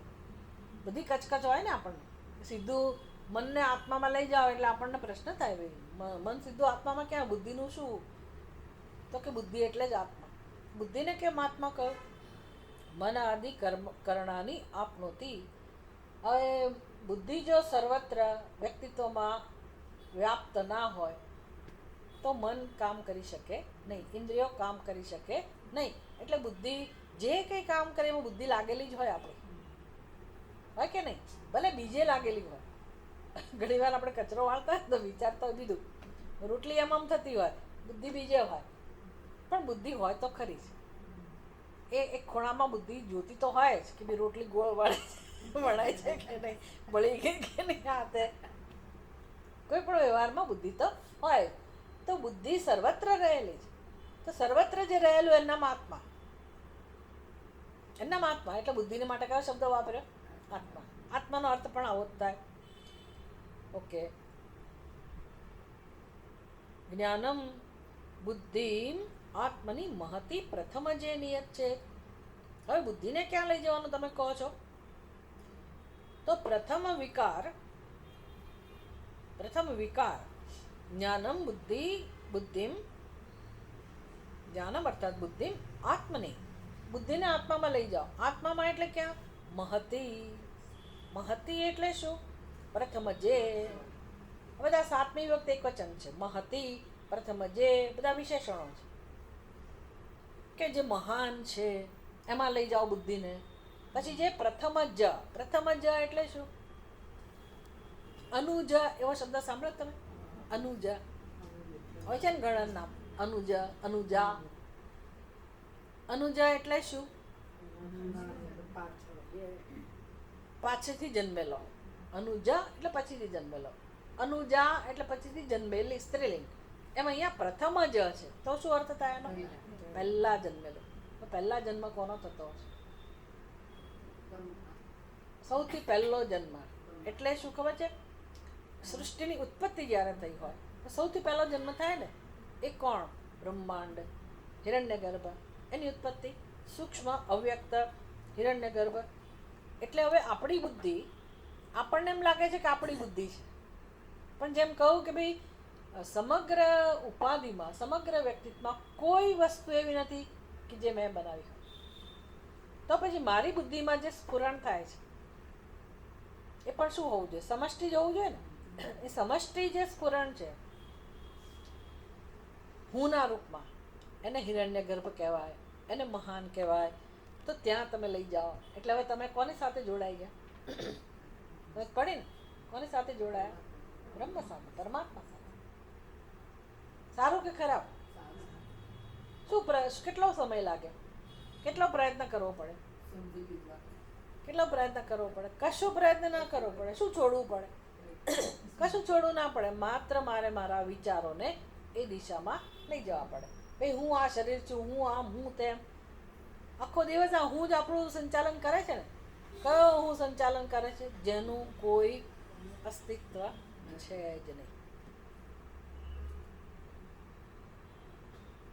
બે વખતે દ્રષ્ટાંત આપું તો યાદ હોય તો કે ભાઈ વૃક્ષ ઉપર, મોટા વૃક્ષ ઉપર સૌથી ઉપરની ડાળી ઉપર કોઈ પાંદડું હોય અને એમ કહેતું હોય કે હા હું જ મહાન છું, હું જ શ્રેષ્ઠ છું. એટલે એનો હું એટલે એની બુદ્ધિમાં કેવો? ખાલી પાંદડા જેટલો.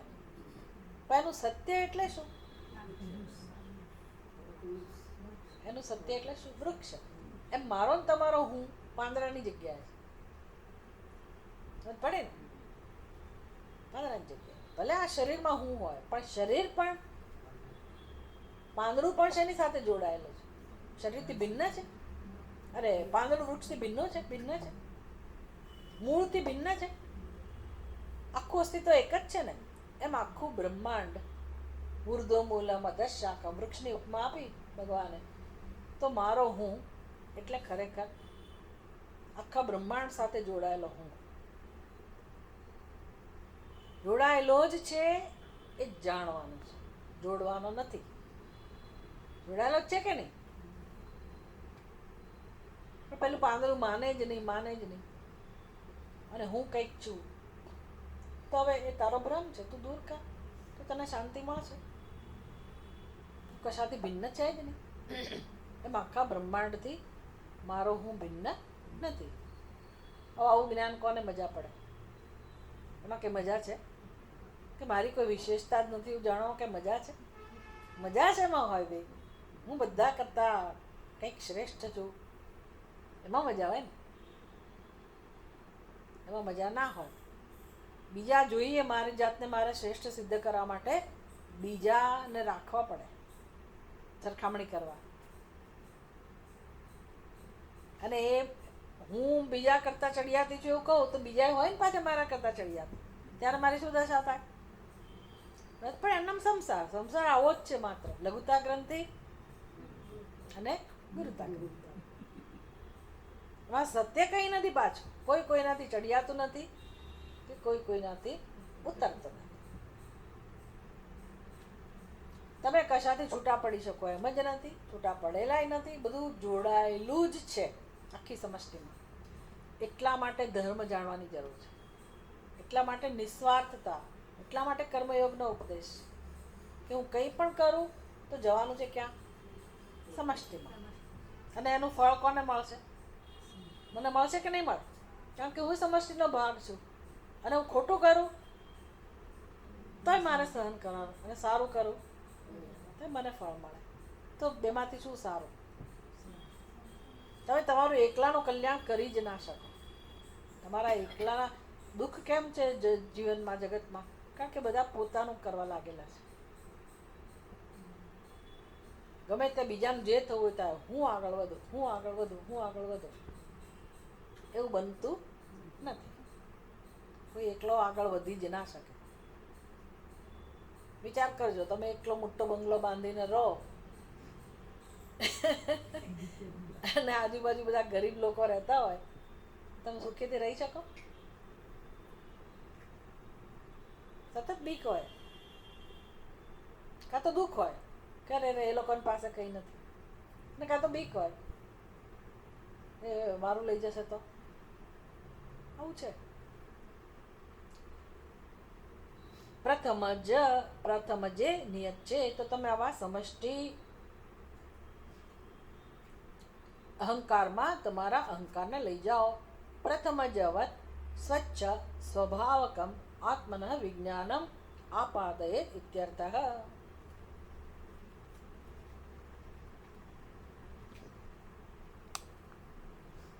તો જે સમષ્ટિ મહાન તત્વ, મહત તત્વ જે છે એ તો સાત્વિક છે, એ તો સ્વચ્છ છે. તો તમારી બુદ્ધિને તમે એમાં જોડો. તમ ચ મહાંતમ આત્માનમ યચ્છે શાંતે સર્વ વિશેષ પ્રત્યસ્તમિત રૂપે અવિક્રિયે સર્વાંતરે સર્વબુદ્ધિ પ્રત્યય સાક્ષિણી મુખ્યે આત્મની નિયત છે. હવે ક્યાં જઈને શાંત થવાનું? તો કે આપણી જે વૃત્તિઓ સમષ્ટિ સાથે જોડાયેલા છે જાણ્યા પછી હવે બુદ્ધિમાં જે વૃત્તિઓ જન્મે છે એ બધાનો સાક્ષી એટલે સમષ્ટિ અહમ એનો પણ સાક્ષી. જે તે આપણને સમજ પ્રાપ્ત થઈ હોય કે ભાઈ હા, હિરણ્ય ગર્ભ એટલે પ્રથમ જ આખા બ્રહ્માંડની ઉત્પત્તિ જેમાંથી થઈ, આ બધું જ્ઞાન આપણને વૃત્તિના રૂપમાં થાય. એ બધી વૃત્તિનો પણ સાક્ષી અંદર કોઈ છે કે નથી? છે કે નહીં? એ કેવો છે? જ્યાં કોઈ પ્રત્યયો નથી, બધાનો સાક્ષી છે. અને બધા પ્રત્યયો જ્યાં સમાઈ જાય છે, અસ્ત પામે છે. એવું જે શાંત સ્વરૂપ છે, એ શાંત સ્વરૂપ સચ્ચિદાનંદ સ્વરૂપ એ કોનો સ્વભાવ છે? આત્મા. તત્વમસી એ જ પરમાત્મા છે. આનાથી વધારે શું જોઈએ? જે શાંતિનો અનુભવ આપણને આત્મ સ્વરૂપમાં થતો હોય એનાથી વધારે બીજું શું જોઈએ? એ જોઈએ. તમને શું લાગે છે એનાથી જુદો કે વધારે કોઈ ગુણવાળો કોઈ પરમાત્મા હોય? હવે એ જે છે ને એ કે આ શરીર પૂરતો છે એવું નથી. જેમ આકાશ સર્વત્ર છે એમ આકાશનું પણ અધિષ્ઠાન એ જ જ્ઞાન સ્વરૂપ આત્મા છે અને એ આપણા હૃદયમાં અનુભવાય છે. બસ એટલું જ સમજવાનું રહ્યું. એટલે હું કોણ છું? એક આ શરીરનું અધિષ્ઠાન છું. આ એક જ શરીરમાં અનુભવાય એવું મારું સ્વરૂપ છે.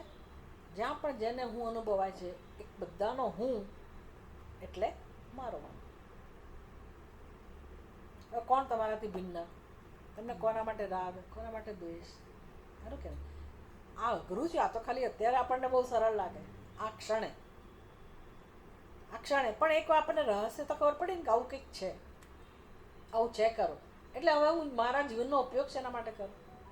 મારી બધી શક્તિઓનો ઉપયોગ શેના માટે કરું? આ હું ને સમજવા માટે, એ હું જેવો છે એવો એને જાણવા માટે. કામ શું કરાવું છે? અનાદિકાળના જે ખોટા સંસ્કાર છે એને મારે વિદાય આપવા. એટલે એના માટે તમારે ઘણું કામ કરવું પડે કે ભાઈ વગર મફતનું જે બધું ઊભું કર્યું હોય એને હવે જરૂર નથી.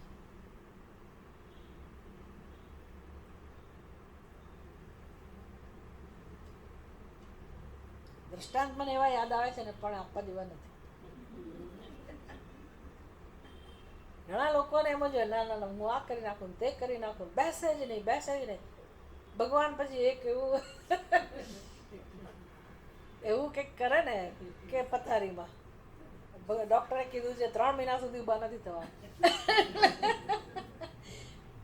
પછી જે જોવા જેવી થાય, આટલા બધા કર્મ કરવાના સંસ્કાર હોય, દોડધામ કરવાના સંસ્કાર હોય, કેવી રીતે સહન થાય માણસથી?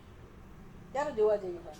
પણ જો આપણને આ બધી ખબર હોય, વી ડોન્ટ વોન્ટ ધેટ, આપણા જીવનમાં એવું બનવાનું નથી, પણ આપણે શાંતિને કેમ માણવીએ શીખ્યા હોઈએ, ખરું કે નહીં? થોડું ઘણું પણ શીખ્યા હોઈએ. એ શાંતિથી કલાક જપ કરીએ, ધ્યાનમાં બેસીએ, પૂજા પાઠ કરીએ, કાં વાંચન કરીએ, આવો સ્વભાવ બનાવ્યો હોય તો આત્માનું અનુસંધાન કરવામાં રસ પડે અને મજા પણ આવે. ઉપયોગી છે કે નહીં? હવે આ ઉંમરમાં બીજું શું કરવાનું? ના ના ના ના ના હું કરી હું તો પછી ભગવાન તું કર જ. એટલે જીવનનો ઉપયોગ કરતા શીખવાનો. કોઈ એવું ના માની લે કે ભાઈ આવી રીતે બેસી રહેલો માણસ છે એટલે એ નિષ્ક્રિય છે. નિષ્ક્રિય નથી આ માણસ. પડે છે ને સતત એની બુદ્ધિ ક્યાં લાગેલી છે? આ તત્વના દર્શનમાં. એટલે શાસ્ત્રને બહુ આદર આપે છે, બહુ માન આપે છે. આપણા શાસ્ત્રોમાં એનું બહુ જ મહત્વ છે. ખરેખર તો આવું જે કરી રહ્યો છે પુણ્યશાળી મહાત્મા છે. જ્યાં પણ આપણી આજુબાજુ આપણા ઘરમાં હોય તો એની કૃપાથી બધું ઘણું બધું ચાલતું હોય.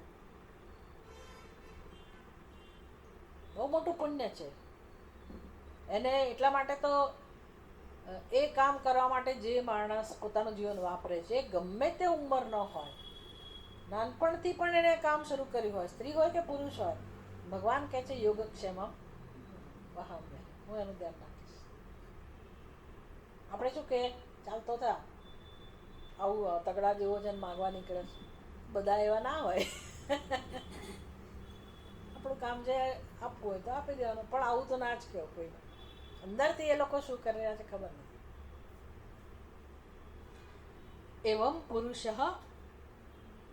આત્મની સર્વ પ્રવિલાપ્ય નામરૂપ કર્મત્રયમ યન્મિથ્યા જ્ઞાન વિજૃંભિતમ ક્રિયાકારક ફલલક્ષણમ સ્વાત્મયાથાત્મ્ય જ્ઞાનેન મરીચી ઉદક રજ્જુ સર્પ ગગન મલાની ઇવ મરીચી રજ્જુ ગગન સ્વરૂપ દર્શનેન એવ સ્વસ્તઃ પ્રશાંતાત્મા કૃતકૃત્ય ભવતી. કેવું સરસ ભાષાકાર કહે છે. એવમ એવમ એટલે આ પ્રકારે પુરુષ એટલે મનુષ્ય આત્મની સર્વમ પ્રવિલાપ્ય. પ્રવિલાપ્ય વિલાપ્ય એટલે શું? લય કરવો. વિલાપ્ય લાપ્ય એટલે લય કરવો. વિલાપ્ય અને પ્રવિલાપ્ય સારી રીતે લય કરવો. તો અત્યારે આપણે આ બધાનો જે ચર્ચા કરીને એમાં લયનું કામ કર્યું. ધીરે ધીરે સંસારનો લય કરે. છેવટે લય ક્યાં થયો? બુદ્ધિનો લય કરી દીધો આપણે. બુદ્ધિનો લય શેમાં થયો? જ્ઞાન સ્વરૂપ આત્મામાં. ટૂંકમાં એ પરમ સ્વરૂપ આત્મામાં. એવમ આ પ્રકારે લય કરતા કરતા એટલે પ્રક્રિયા શીખવાડી આપણને કે હવે જીવનમાં શાંતિનો અનુભવ કરવો હોય તો આ પ્રકારનો લય તમે કરી શકો. સર્વમ પ્રવિલાપ્ય. સર્વમ એટલે શું? નામ રૂપ કર્મત્રયમ.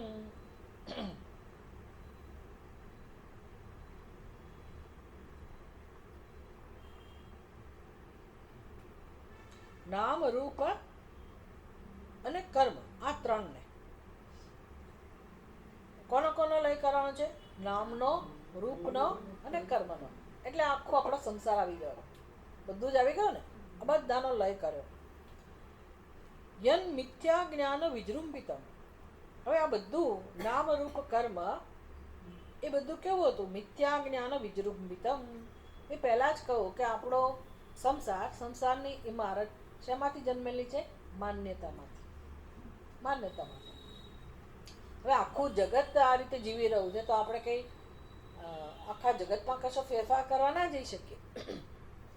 સંસાર જાણીએ તો ખરા કે ભાઈ આવું જ છે. બધે અજ્ઞાન છે એટલે એનો અર્થ એવો નહીં કે મારી બુદ્ધિમાં મારે અજ્ઞાન ચાલુ રાખવું, હું મુક્ત થઈ શકું. એટલે આ મિથ્યા છે. જ્ઞાન વિજૃંભિતમ. મિથ્યા જ્ઞાન વિજૃંભિતમ. માન્યતામાંથી જન્મેલું. જેનું લક્ષણ છે ક્રિયાકારક ફલ લક્ષણમ. કરવું, કર્મનું ફળ વગેરે. આવો જે સંસાર છે સ્વાત્મ યથાત્મ જ્ઞાનેન. તો આપણું જે યથાર્થ જ્ઞાન છે આત્માનું એ જ્ઞાન પ્રાપ્ત કરીએ ત્યારે આ મિથ્યા સંસારનો લય આપોઆપ થઈ જાય છે. જેમ કે તમે દોરડાને જાણો તો ત્યાં જેટલું દોરડા સિવાયનું દેખાતું હતું એ બધાનો લય થઈ જાય કે ના થઈ જાય? બધાનો લય શેમાં થઈ ગયો? આમ તો કોઈનો લય નથી થયો. કેમ નથી થયો? કંઈ હતું જ નહીં. દોરડા સિવાય કંઈ હતું જ નહીં, પણ છતાંય બધાનો લય થઈ ગયો કહેવાય. કેમ? તો કે મને દેખાતું હતું, લોકોને જાત જાતનું દેખાતું હતું, તો બધાનો લય થઈ ગયો દોરડામાં. ખરેખર દોરડામાં લય નથી થયો, દોરડાના જ્ઞાનમાં જે ખોટું જ્ઞાન હતું, અધ્યારોપ હતો, એનો લય થઈ ગયો. એવી જ રીતે આપણી બુદ્ધિમાં જે ખોટો સંસાર છે એનો લય આત્મજ્ઞાનમાં પોતાના સાચા સ્વરૂપને જાણવાથી આપોઆપ એનો લય થઈ જાય છે. એટલે ભાષ્યકાર શું કહે છે? દ્રષ્ટાંત આપે છે. જેમ કે મરીચી ઉદક, રજ્જુ, સર્પ. મરીચી ઉદક એટલે મરીચી એટલે મૃગજળ. મૃગજળ શેમાં જતું રહે? મૃગજળ અધ્યારોપ છે. ત્રણ દ્રષ્ટાંત આપ્યા. મૃગ તૃષ્ણા એટલે મરીચી ઉદક, પછી રજ્જુ સર્પ. મરીચી ઉદક એટલે મૃગજળ, પછી એટલે એટલા માટે કે આપણને અનુભવ છે. મૃગજળનો અનુભવ છે કે નહીં? મૃગજળ મિથ્યા જ્ઞાન છે કે યથાર્થ જ્ઞાન છે? મૃગજળ એટલે શું? જળ ઉપર થયેલો અધ્યારોપ. મરીચી ઉદક પછી રજ્જુ સર્પ. ભાઈ રજ્જુ સર્પ એટલે શું? સર્પનો રજ્જુ ઉપર અધ્યારોપ, મિથ્યા જ્ઞાન. રજ્જુને સર્પ જાણી લેવું. પછી ગગન મલાની. આ બ્લુ આકાશ, ભૂરું આકાશ. તો ખરેખર આકાશ ભૂરું નથી, પણ દેખાય છે આકાશ ભૂરું છે એટલે એના ઉપર અધ્યારોપ. આકાશ અહીંયા છે, સર્વત્ર આકાશ છે, પણ આપણે ઉપર જોઈને કહીએ ભૂરું આકાશ. તો આ બધા જે અધ્યારોપ, જેવી રીતે મરીચી, રજ્જુ, ગગન સ્વરૂપ દર્શનેન. તો મૃગજળનો ભ્રમ ક્યારે જાય? તમે એ જળ કોને કહેવાય અથવા તો એ જગ્યાના સાચા અર્થમાં જાણો ત્યારે, ત્યાં જઈને જુઓ કે ખરેખર જળ નથી. તો યથાર્થને જાણીને, યથાર્થ જ્ઞાનથી કે ખરેખર ત્યાં જળ નામની વસ્તુ નથી. પછી રજ્જુ દર્શન એટલે દોરડાનું જ્ઞાન થવાથી, અને ગગન સ્વરૂપ આકાશને જાણવાથી, જેવી રીતે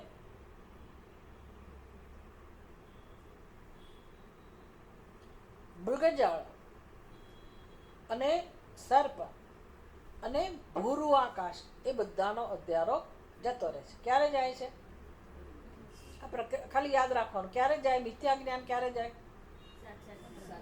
યથાર્થ જ્ઞાન થાય ત્યારે. એમ અત્યારે આપણી બુદ્ધિમાં જે સંસાર છે એ જો મિથ્યા જ્ઞાન હોય તો એ ક્યારે જાય?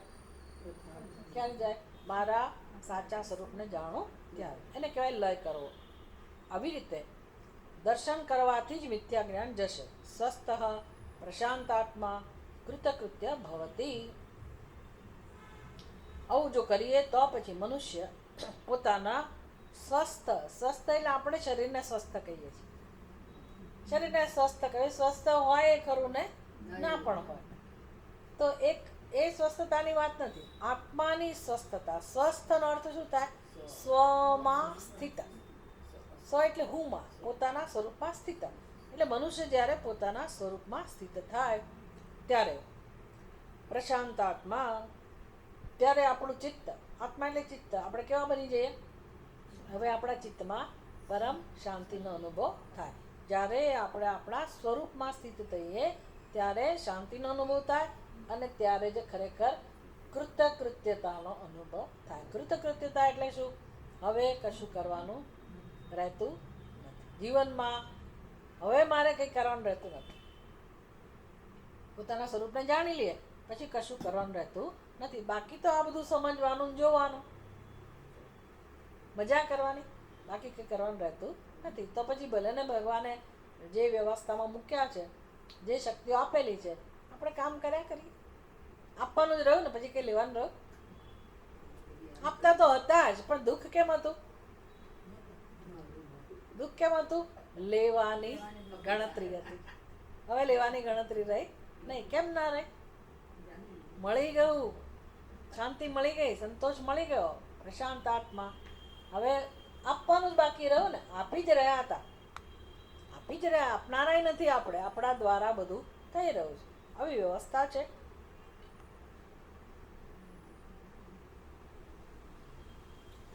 ઓમ પૂર્ણમદ પૂર્ણમિદમ પૂર્ણાત પૂર્ણમુદચ્યતે પૂર્ણસ્ય પૂર્ણમાદાય પૂર્ણમેવાવશિષ્યતે. ઓમ શાંતિ શાંતિ શાંતિ. હરિ ઓમ. શ્રી ગુરુભ્યો નમઃ. હરિ ઓમ.